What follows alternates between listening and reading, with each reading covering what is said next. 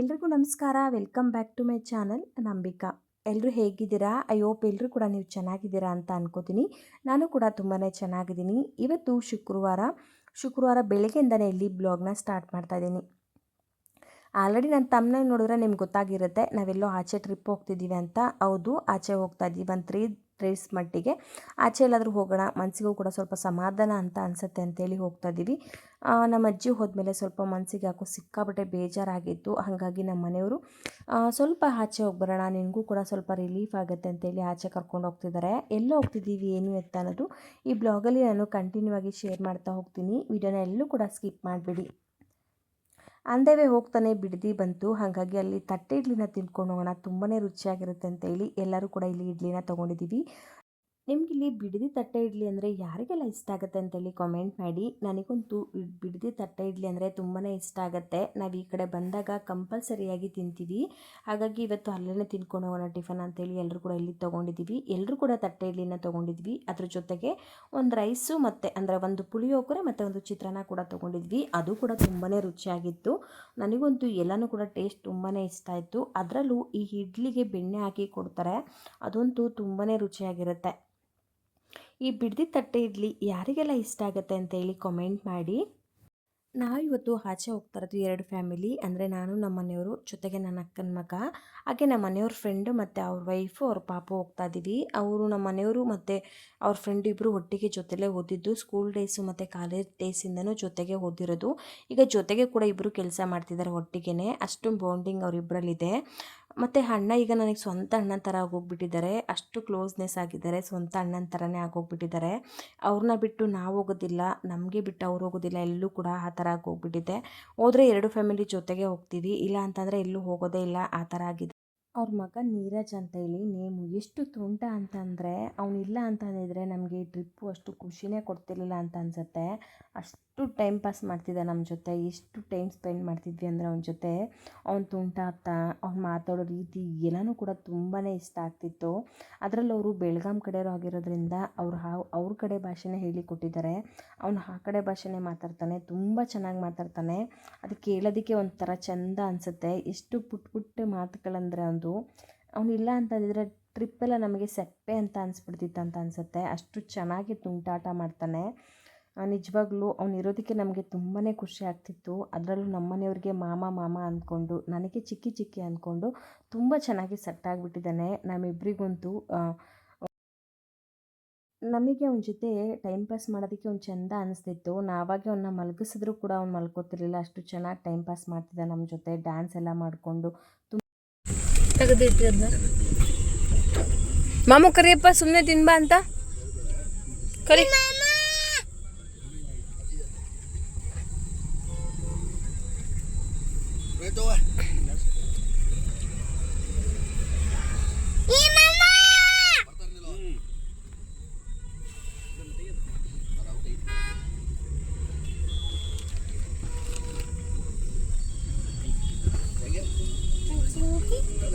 Dance ಮಾಡು.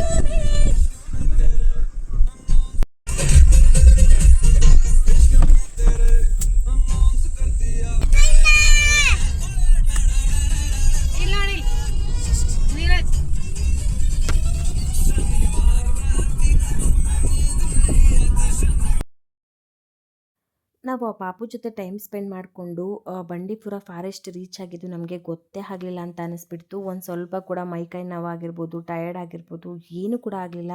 ಅಷ್ಟು ಆರಾಮಾಗಿ ಬಂದು ಅಂತ ಅನ್ನಿಸ್ತು. ಯಾಕಂದರೆ ನಾವು ಬೆಳಗ್ಗೆ 6:15 ಗಾಡಿನ ಸ್ಟಾರ್ಟ್ ಮಾಡಿರೋರು. ಸಂಜೆ 5 ಗಂಟೆ ಆಯಿತು ಬಂಡೀಪುರ ಫಾರೆಸ್ಟಿಗೆ ನಾವು ಕ್ರಾಸ್ ಆಗೋಷ್ಟೊತ್ತಿಗೆ.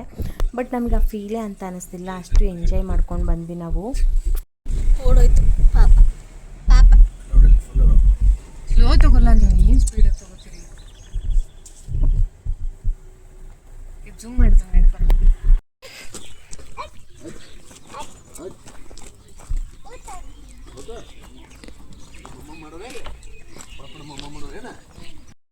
ಎಲ್ರಿಗೂ ಅವನಿಗೂ ತುಂಬಾ ಹಸಿವಾಗಿದ್ದು ನಾವು ಬೆಳಿಗ್ಗೆ ಒಂದು 8:30 ಏನೋ ಟಿಫನ್ ಮಾಡಿದ್ದು. ಅದಾದಮೇಲೆ ಸ್ವಲ್ಪ ಐಸ್ ಕ್ರೀಮ್ ತಿಂದ್ಕೊಂಡಿದ್ವಿ ಅಷ್ಟೇ. ಅದನ್ನು ಬಿಟ್ಟರೆ ಬೇರೆ ಏನೂ ಕೂಡ ನಾವು ತಿಂದಿರಲಿಲ್ಲ. ಹಾಗಾಗಿ 5 ಗಂಟೆ ಆಗಿ ಹೋಗಿತ್ತಲ್ಲ, ಎಲ್ರಿಗೂ ಕೂಡ ಹಸಿವಾಗಿತ್ತು. ಅದಕ್ಕೆ ಎಲ್ಲರೂ ಕೂಡ ಇಲ್ಲೊಂದು ಹೋಟೆಲಿಗೆ ಬಂದು ಮೀಲ್ಸ್ನ ತೊಗೊಂಡಿದ್ದೀವಿ.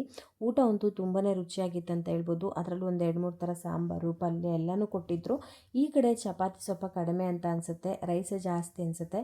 ಆದರೆ ಫುಡ್ ಮಾತ್ರ ತುಂಬಾ ಚೆನ್ನಾಗಿತ್ತು.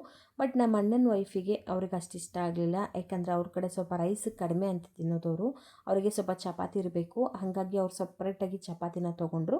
ಬಟ್ ನಮಗೆಲ್ಲರಿಗೂ ಊಟ ತುಂಬಾ ಇಷ್ಟ ಆಯಿತು. ಊಟನ ಮುಗಿಸ್ಕೊಂಡು ನಾವು ಮತ್ತೆ ನಮ್ಮ ಪಯಣನ ಸ್ಟಾರ್ಟ್ ಮಾಡಿದ್ವಿ.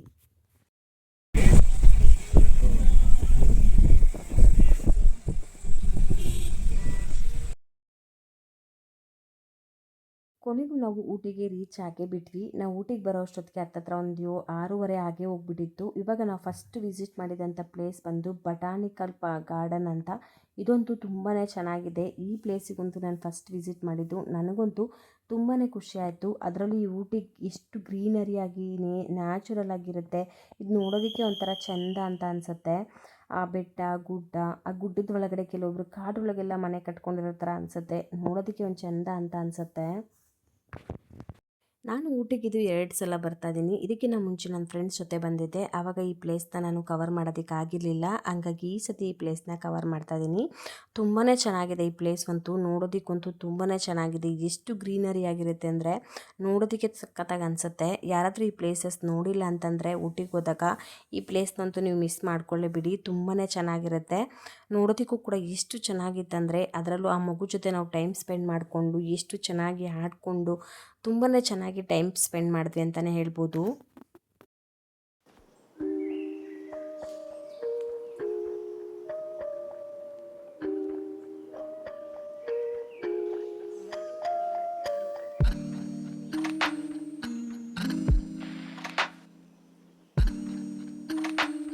ಆದರೆ ಇಲ್ಲಿ ತುಂಬಾ ಚಳಿ ಇರುತ್ತೆ. ನಾವೇನಾದ್ರು ಜಾಕೆಟ್ ಎಲ್ಲ ಬಿಟ್ಟು ಬಂದುಬಿಟ್ರೆ ತುಂಬಾ ಕಷ್ಟ ಆಗುತ್ತೆ. ನಾನು ಹೇಗಾದರೂ ಆಗಲಿ ಅಂತ ಲಾಸ್ಟ್ ಟೈಮ್ ಬಂದಾಗ ನಾನು ಬಿಟ್ಟು ಬಂದುಬಿಟ್ಟಿದ್ದೆ.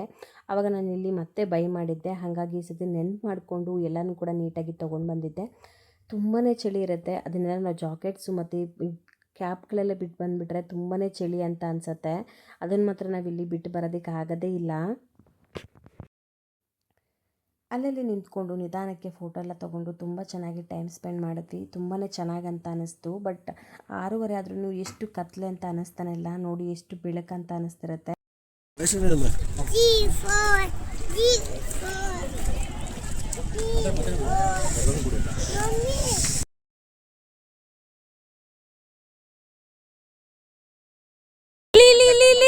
ಚಿನಿ ಹಾಯ್ ಇಲ್ಲಿ ಕಂದ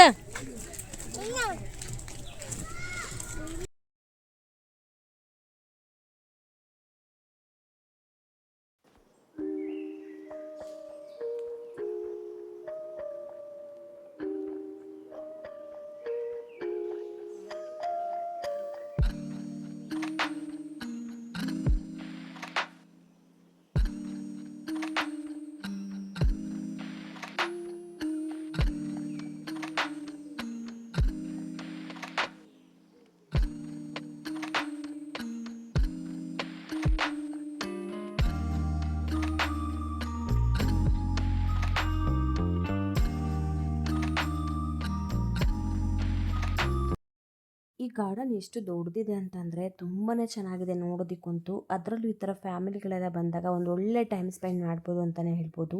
ಅಷ್ಟು ಚೆನ್ನಾಗಿದೆ. ನಮಗಂತೂ ತುಂಬಾ ಇಷ್ಟ ಆಯಿತು. ನಾವಂತೂ ತುಂಬ ಚೆನ್ನಾಗಿ ಟೈಮ್ ಸ್ಪೆಂಡ್ ಮಾಡಿದ್ವಿ. ಎಷ್ಟು ಚೆನ್ನಾಗಿ ಖುಷಿಪಟ್ವಿ ಅಂತಂದರೆ ನಿಜವಾಗ್ಲೂ ನಮ್ಮ ಅಜ್ಜಿಗೆ ಹಂಗೆ ಆದಾಗಿಂದನೂ ನನಗೆ ಸಿಕ್ಕಾಪಟ್ಟೆ ಬೇಜಾರಾಗಿತ್ತು. ಆ ಮನೇಲಿ ಇರೋದಕ್ಕೂ ಕೂಡ ಸಿಕ್ಕಾಪಟ್ಟೆ ಬೇಜಾರಾಗ್ತಿತ್ತು. ಬಟ್ ಇಲ್ಲಿ ಬಂದಮೇಲೆ ಸ್ವಲ್ಪ ನನಗೆ ಸ್ವಲ್ಪ ರಿಲೀಫ್ ಅಂತ ಅನ್ನಿಸ್ತು, ಸ್ವಲ್ಪ ಸಮಾಧಾನ ಅಂತ ಅನ್ನಿಸ್ತು. ಈ ಗ್ರೀನರಿ ವಾತಾವರಣ ಇದೆಲ್ಲ ನೋಡಿದಾಗ ಸ್ವಲ್ಪ ಖುಷಿ ಆಯಿತು ಅಂತಲೇ ಹೇಳ್ಬೋದು. ಇಂಥ ಟೈಮ್ಗಳಲ್ಲಿ ಇಲ್ಲಿ ಬಂದಿದ್ದು ಒಳ್ಳೆಯದೇ ಆಯ್ತು ಅಂತ ಅನ್ನಿಸ್ತಿತ್ತು. ಅಷ್ಟು ಚೆನ್ನಾಗಿತ್ತು ಇಲ್ಲಿ. ನೋಡೋದಕ್ಕಂತೂ ತುಂಬಾ ಖುಷಿ ಇತ್ತು. ಅದರಲ್ಲಿ ಈ ಪಾಪು ಜೊತೆ ಒಂದು ಒಳ್ಳೆ ಟೈಮ್ ಸ್ಪೆಂಡ್ ಮಾಡ್ತಿದ್ವಿ. ಅವನಂತೂ ಎಷ್ಟು ತುಂಟ ಅಂದರೆ ಅವನೇನಾದರೂ ನಮ್ಮ ಜೊತೆ ಟ್ರಿಪ್ಪಿಗೆ ಬಂದಿಲ್ಲ ಅಂತಂದಿದ್ರೆ ನಮ್ಗೆ ಆ ಟ್ರಿಪ್ಪು ತುಂಬಾ ಬೋರ್ ಆಗ್ತಿತ್ತು. ಇಲ್ಲಾಂದರೆ ಸೆಪ್ಪೆ ಅಂತ ಅನ್ನಿಸ್ತಿತ್ತು. ನಮ್ಮ ಪಾಡಿಗೆ ನಾವು ಮಲ್ಕೊಂಡು ಬಿಡ್ತಿದ್ವಿ. ಇಷ್ಟೆಲ್ಲ ಎಂಜಾಯ್ ಮಾಡ್ತಾನೆ ಇರಲಿಲ್ಲ ಅಂತ ಅನಿಸುತ್ತೆ. ಅಷ್ಟು ಅವನು ಎಂಜಾಯ್ ಮಾಡ್ತಿದ್ದ. ಅವನಿಂದಲೇ ನಮಗೆ ತುಂಬಾ ಖುಷಿಯಾಗಿದೆ ಅಂತಲೇ ಹೇಳ್ಬೋದು.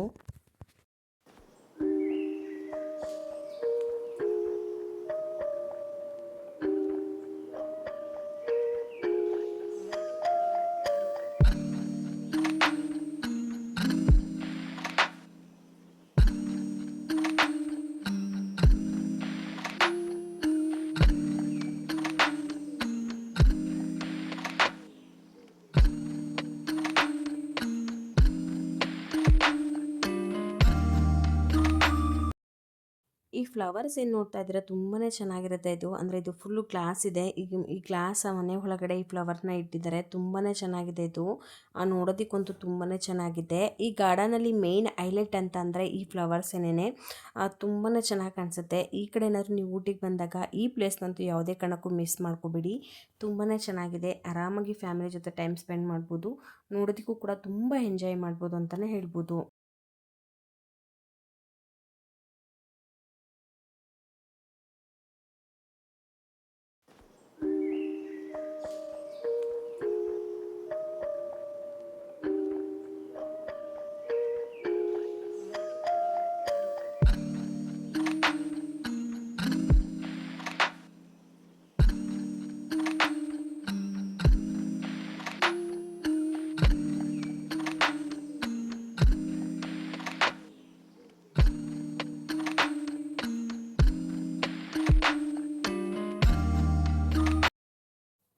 ಅವ್ನು ಎಷ್ಟು ಚೆನ್ನಾಗಿ ಟೈಮ್ ಸ್ಪೆಂಡ್ ಮಾಡ್ತಿದ್ದ ಅಂದಿದ್ರೆ ತುಂಬಾ ಚೆನ್ನಾಗಿ ಎಂಜಾಯ್ ಮಾಡ್ದ. ನಮ್ಮೆಲ್ಲರಿಗಿಂತನೂ ಜಾಸ್ತಿ ಎಂಜಾಯ್ ಮಾಡಿದ್ದಂದರೆ ಅವನೇ ಅಂತ ಹೇಳ್ಬೋದು.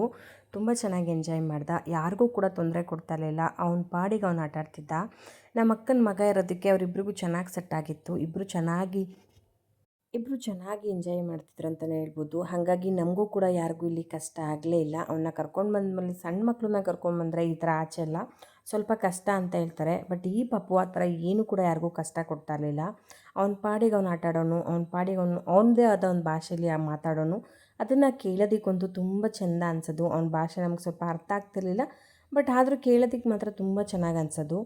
ಈ ಥರ ಮಕ್ಳುಗಳು ತೊಂದರೆ ಕೊಡ್ದಂಗೆ ಅವ್ರ ಪಾಡಿಗೆ ಅವ್ರು ಆಟ ಆಡ್ತಿದ್ರೆ ನಮಗೂ ಕೂಡ ಏನೂ ಕಷ್ಟ ಅಂತ ಅನ್ಸೋದಿಲ್ಲ.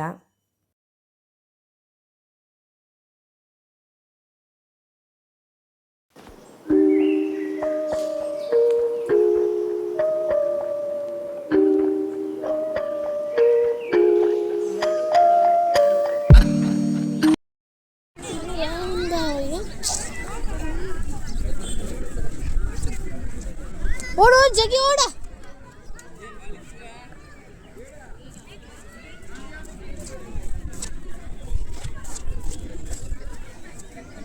ಓಡು ಓಡು ಓಡು ಓಡು. ಇಲ್ಲಿ ಇಲ್ಲಿ ಇಲ್ಲಿ ಇಲ್ಲಿ ಬಾ ಬಾ ಬಾ ಬಾ. ಇಲ್ಲಿ ಬಾ ಇಲ್ಲಿ ಬಾ ಇಲ್ಲಿ ಬಾ. ಇಲ್ಲಿ ಇಲ್ಲಿ ಡ್ಯಾನ್ಸ್ ಮಾಡು ಚಿನಿ.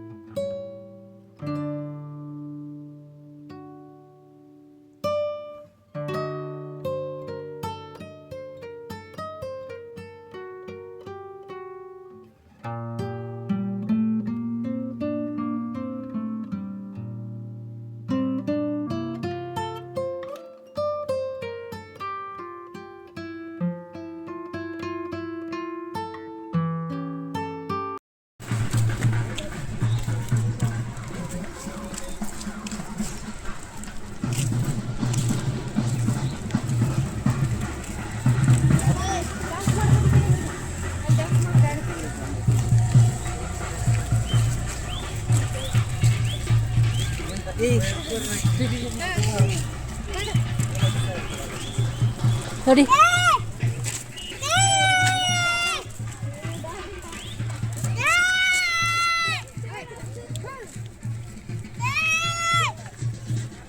ಡ್ಯಾನ್ಸ್ ಮಾಡು, ಡ್ಯಾನ್ಸ್ ಮಾಡು, ಜೋರಾಗಿ ಮಾಡು, ಡ್ಯಾನ್ಸ್ ಮಾಡು ಚಿನ್ನಿ, ಡ್ಯಾನ್ಸ್ ಮಾಡಕ್ಕಂದ.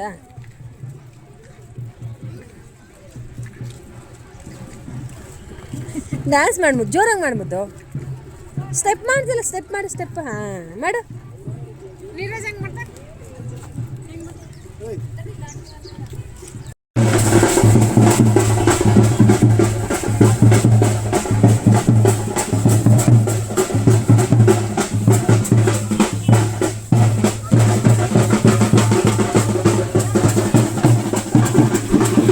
ನಾವು ಈ ಗಾರ್ಡನ್ ಎಲ್ಲ ವಿಸಿಟ್ ಮಾಡಿ ಆಚೆ ಬರುವಂಥ ಟೈಮಲ್ಲಿ ಯಾವುದೋ ಒಂದು ದೇವರು ಕೂಡ ಕರೆಸಿದ್ರು. ಬಟ್ ಆ ದೇವ್ರು ಯಾವುದಂತ ನಮಗೆ ಗೊತ್ತಾಗಲಿಲ್ಲ. ಆದರೆ ನಾವು ಕೂಡ ಇಲ್ಲಿ ದರ್ಶನ ಮಾಡಿಕೊಂಡು ಅದಾದಮೇಲೆ ಸ್ನ್ಯಾಕ್ಸ್ ತಿಂದು ನಾವು ತೊಗೊಂಡಿರುವಂಥ ಹೋಮ್ ಸ್ಟೇಗೆ ಹೋಗೋಣ ಅಂತೇಳಿ ಪ್ಲ್ಯಾನ್ ಮಾಡ್ಕೊಂಡ್ವಿ. ಬಟ್ ಇಲ್ಲಿ ಅಷ್ಟೊಂದಾಗಿ ಏನು ಸ್ನ್ಯಾಕ್ಸ್ ಸಿಗೋದಿಲ್ಲ. ಅಂದರೆ ಸ್ನ್ಯಾಕ್ಸ್ ಎಲ್ಲ ಇರುತ್ತೆ, ನಮ್ಗೆ ಚೂಸ್ ಯಾವ್ದು ಬೇಕಾದರೂ ಮಾಡ್ಕೋಬೋದು, ಹಾಗಿರುತ್ತೆ. ಬಟ್ ಇಲ್ಲಿ ಹಾಗಿರೋದಿಲ್ಲ, ಇರೋದ್ರಲ್ಲೇ ನಾವು ಒಂದು ಆರಿಸ್ಕೊಂಡು ತಿನ್ನಬೇಕು, ಹಾಗಿರುತ್ತೆ ಇಲ್ಲಿ. ಜಾಸ್ತಿ ಅಂತ ಏನಿರೋದಿಲ್ಲ, ಇಲ್ಲಿ ಜೋಳ ಇರುತ್ತೆ, ಅದನ್ನು ಬಿಟ್ಟರೆ ಶೇಂಗಾನ ಮಸಾಲೆ ಮಾಡಿ ಕೊಡ್ತಾರೆ. ಇಲ್ಲ ಅಂತಂದರೆ ಮಾವಿನಕಾಯಿನ ಕಟ್ ಮಾಡಿ ಅದಕ್ಕೆ ಉಪ್ಪು ಖಾರ ಹಾಕಿ ಕೊಡ್ತಾರೆ. ಇಲ್ಲ ಅಂತಂದರೆ ಈ ಕಡೆ ಮ್ಯಾಗಿ ಒಂದು ಫೇವ್ರೇಟ್ ಇರುತ್ತೆ ನೋಡಿ, ಜಾಸ್ತಿ ಮ್ಯಾಗಿ ಮಾಡಿ ಕೊಡ್ತಾರೆ. ಮ್ಯಾಗಿ ಜೊತೆಗೆ ಸ್ವಲ್ಪ ಹೆಗ್ ಹಾಕ್ಬಿಟ್ಟು ಮ್ಯಾಗಿ ಮಾಡಿ ಕೊಡ್ತಾರೆ, ಈ ರೀತಿಯಾಗಿರುತ್ತೆ. ಇದನ್ನು ಬಿಟ್ಟರೆ ನಾನು ಜಾಸ್ತಿ ಬೇರೆ ಏನು ಅಷ್ಟೊಂದಾಗಿ ನೋಡಲೇ ಇಲ್ಲ, ಇದಿಷ್ಟೇ ಜಾಸ್ತಿ ನೋಡಿದ್ದು. ಇಲ್ಲ ಅಂತಂದರೆ ಹಸಿ ಕ್ಯಾರೆಟು ಕೂಡ ಕೊಡ್ತಾರೆ, ಅದೊಂದೇನೋ ಇಲ್ಲಿ ಟ್ರೆಂಡ್ ಅಂತ ಅನಿಸುತ್ತೆ. ಹಸಿ ಕ್ಯಾರೆಟ್ನ ತಿಂತಾರೆ ಅನಿಸುತ್ತೆ ಜಾಸ್ತಿ ಜನ ಈ ಕಡೆ, ಹಾಗಾಗಿ ಅದನ್ನು ಕೂಡ ಇಲ್ಲಿ ತಿನ್ನೋದಕ್ಕೆ ಅಂತಲೇ ಹೇಳಿ ಸೇಲ್ ಮಾಡ್ತಾರೆ. ಇದಿಷ್ಟೇ ಇರುತ್ತೆ. ಹಾಗಾಗಿ ನಾನಿಲ್ಲಿ ಸುಟ್ಟಿರುವಂಥ ಜೋಳನ ತೊಗೊಂಡೆ. ಇದು ಸ್ವೀಟ್ ಕಾರ್ನ್ ಅಂತ ನಾವೇನು ಕರಿತೀವಿ ನೋಡಿ, ಅದಿತ್ತು. ಆದರೆ ನನಗೆ ಯಾಕೋ ಈ ಜೋಳ ಅಷ್ಟು ಇಷ್ಟನೇ ಆಗಲಿಲ್ಲ. ಅಂದರೆ ಸುಟ್ಟು ತಿಂದರೆ ಇದಷ್ಟು ಚೆನ್ನಾಗಿರಲ್ಲ ಅಂತ ಅನಿಸುತ್ತೆ. ನಾನು ಅಂದ್ಕೊಂಡೆ ನಾಟಿ ಜೋಳದ ಥರನೇ ಇರುತ್ತೆ ಅಂತ, ಬಟ್ ಇದು ಆ ಥರ ಇರಲಿಲ್ಲ, ಒಂಥರ ಕಿಚಿ ಕಿಚಿ ಥರ ಅನ್ನಿಸ್ತಿತ್ತು ತಿನ್ನಬೇಕಾದ್ರೆ. ನನಗೆ ಯಾಕೋ ಅಷ್ಟು ಇಷ್ಟನೇ ಆಗಲಿಲ್ಲ. ಬಟ್ ಅವರು ಬೇಯಿಸಿರುವಂಥ ಜೋಳ ತೊಗೊಂಡಿದ್ರು ನನ್ನ ಫ್ರೆಂಡು, ಅವ್ರು ತುಂಬ ಚೆನ್ನಾಗಿದೆ ಅಂತಿದ್ರು. ಬಟ್ ನನಗೆ ಯಾಕೋ ಅದಷ್ಟು ಇಷ್ಟ ಆಗಲಿಲ್ಲ. ಅದಾದಮೇಲೆ ಊಟನ ಮುಗಿಸ್ಕೊಂಡು ಡೈರೆಕ್ಟಾಗಿ ನಾವು ತೊಗೊಂಡಿರುವಂಥ ಹೋಮ್ ಸ್ಟೇಗೆ ಹೋಗೋಣ ಅಂತೇಳಿ ಪ್ಲ್ಯಾನ್ ಮಾಡ್ಕೊಂಡ್ವಿ. ಬಟ್ ನನಗೆ ಮಧ್ಯಾಹ್ನ ಊಟ ಮಾಡಿದ್ದೆ ತುಂಬಾ ಜಾಸ್ತಿ ಆಗಿ ಹೋಗ್ಬಿಟ್ಟಿತ್ತು, ಹಾಗಾಗಿ ನಾನೇನು ಊಟನ ಮಾಡಲಿಲ್ಲ. ಜಸ್ಟ್ ಒಂದು ಲೋಟ ಬಿಸಿನೀರನ್ನ ಕುಡಿದೆ. ಇವರೆಲ್ಲ ಫ್ರೈಡ್ ರೈಸು ಮತ್ತು ನೂಡಲ್ಸು ಅವ್ರಿಗೆ ಏನು ಬೇಕು ಅದನ್ನು ತೊಗೊಂಡು ಅವ್ರು ತಿಂತಾಯಿದ್ದಾರೆ. ಈ ಬ್ಲಾಗ್ನ ಇಲ್ಲಿಗೆ ಎಂಡ್ ಮಾಡ್ತಾ ಇದ್ದೀನಿ. ಇನ್ನೂ ಕೂಡ ಲೆಂತ್ ಆಗಿಬಿಡುತ್ತೆ, ನಾಳೆ ಬ್ಲಾಗು ಕೂಡ ಇದರಲ್ಲೇ ಕಂಟಿನ್ಯೂ ಮಾಡಿದ್ರೆ ಅಂತೇಳಿ ಬ್ಲಾಗ್ನ ಇಲ್ಲಿಗೆ ಎಂಡ್ ಮಾಡ್ತಾ ಇದ್ದೀನಿ. ನಿಮಗೇನಾದರೂ ಈ ಬ್ಲಾಗ್ ಇಷ್ಟ ಆಯಿತು ಅಂದರೆ ಪ್ಲೀಸ್ ಒಂದು ಲೈಕ್ ಮಾಡಿ, ಹಾಗೆ ನಿಮ್ಮ ಅನಿಸಿಕೆ ಅಭಿಪ್ರಾಯನ ಕಾಮೆಂಟ್ ಸೆಕ್ಷನ್ಗೆ ತಿಳಿಸಿ. ನಾಳೆ ನಾವು ಎಲ್ಲಿ ಹೋಗ್ತೀವಿ ಅನ್ನೋದು ಕೂಡ ಅಪ್ಡೇಟ್ ಮಾಡ್ತೀನಿ. Thank you.